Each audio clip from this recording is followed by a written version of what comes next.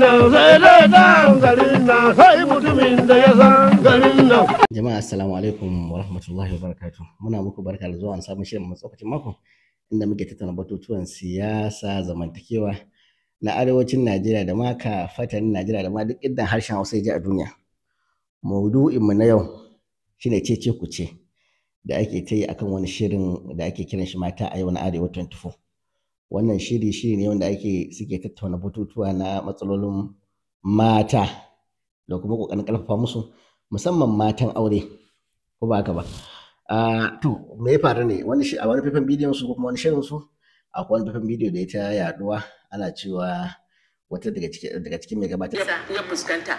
To ai kin san ma ban katse ki ba, kin san baki manta ba ko lokacin da muka taba yin magana akan wani magidanci ya ja samu makocin shi yace zai saki matar shi, zai rabu da matar shi saboda kawai ba ta gaishe shi. Haka kawai ba ta gaishe. To kin ga yanzu misali mu a wurin mu ko a wurin mutane haka misali yawanci dai mu yanayin wayewa ta zamantakewa zaka ce to in ba ta gaishe ka ba kai ka gaishe ta mana. To amma kuma shi ya dauke ta a matsayin, ya dauki wannan abu a matsayin cewa har ma zai iya rabuwa da ita ma saboda ba ta problem din daga shi ne. To kin ga shine magana da na faɗa ne. To wannan magana ta sa malamai da yawa suka ƙaru juna ilimi. Manya daga cikin malamai akwai Sheikh Malam Amin Daurawa, Allah ya kara masa lafiya. Akwai Barista Ishaq da su Malam Lawal Trayum da sauran malamai ne da yawa wanda aka yi ta maganganu akan shin waye kamata ya gaida wani tsakanin mata da miji. Mu ba mu shiga wannan ba tunda wannan maudu'i ne na manyan malamai.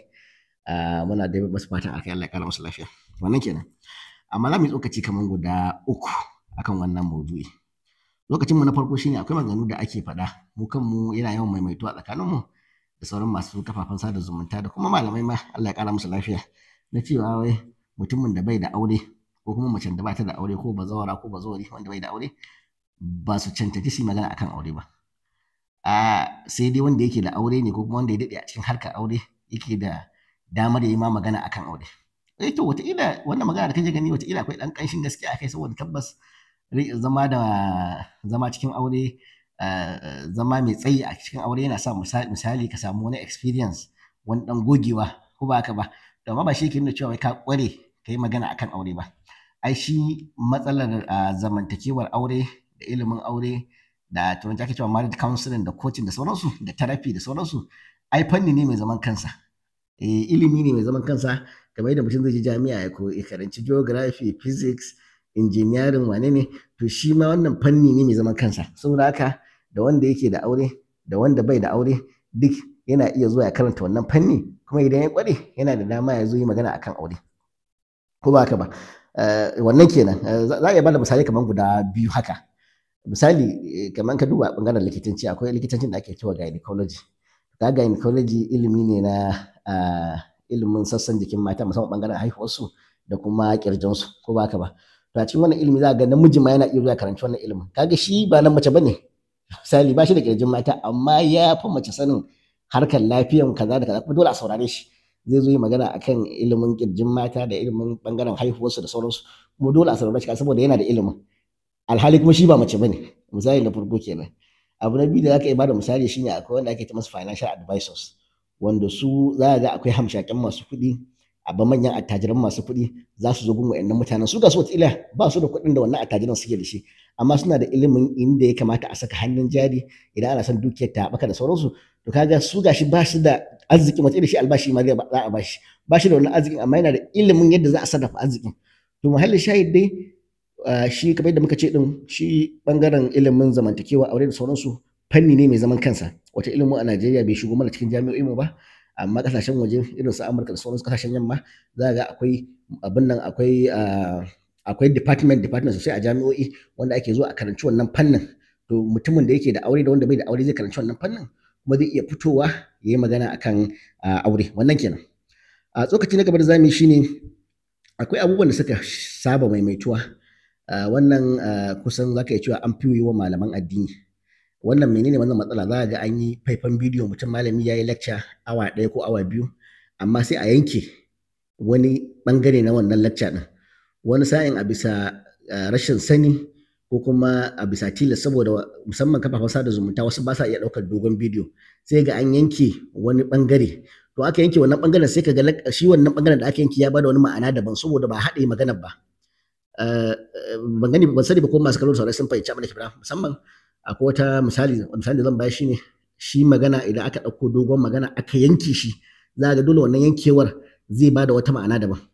Misali akwai wata daga cikin iyayenmu mata take ba mu labari lokacin akwai wasu masu ƙoƙarin musamman suke shiga karkara su ƙoƙarin fitar da mutane daga cikin musulunci suna amfani da ayar Qur'ani ta fawailul lil musallin sai shiru.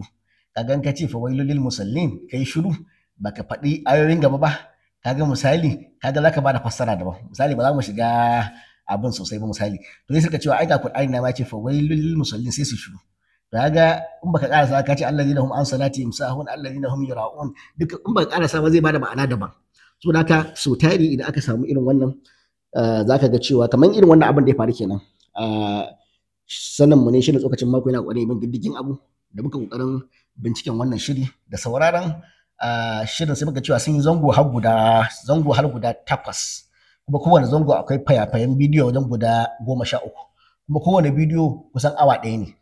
So da haka in ka bi wannan bidiyoyin ka dan bi 1 2 3 za ka ga cewa shiri ne wanda yake da kyau kusan ba su kadai suke yi ba suna so tsari ma sukan gayyato malaman addini su zo a yi magana akan abu.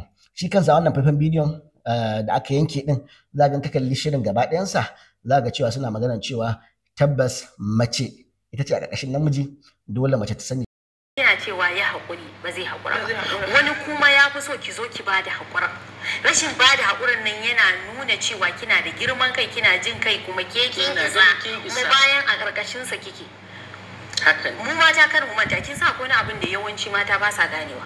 Fa ko kin so ko kin kiyasa a dalimu wallahi tallahi ita mace a ƙarƙashin namiji take. Ba wanda ya kiyaye na ai ba. Idan kika riga da kika san wannan yau in kika san wannan a cikin rai kika sa cewa ya fiki yana ƙasa da kina ƙasa da shi to komai ki zai tafi daidai yadda kike so. Ai su maza ba da abu suke so ba kawai ki nuna musu su din su ne. Ba zancen ya fi cewa za ta yi wa mijinta biyayya ko ba haka ba to kaga sai ya zama cewa so tari idan irin wannan abubuwan suka zo mai kama mu diddigi sai mu rika ara muna yafawa mu ta yadawa ba tare da mun tsaya mun binciki diddigin abun mun san cikakken abin da ya faru ba. Wannan tsokaci na biyu kenan.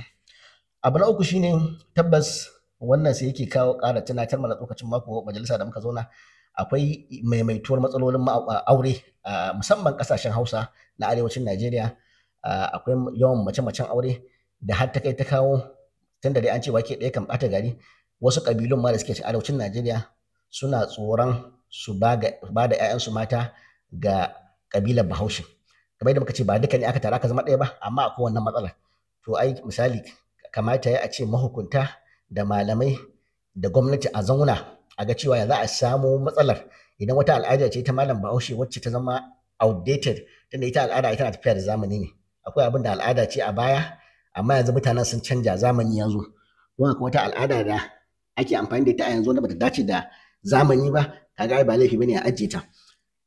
Kamar yadda muka sani shirin tsokacin mako shine mai takaitaccen lokaci mun tattauna batu ko kuma cece kuce da aka yi ta yi akan wani shirin da ake cewa mata a yau.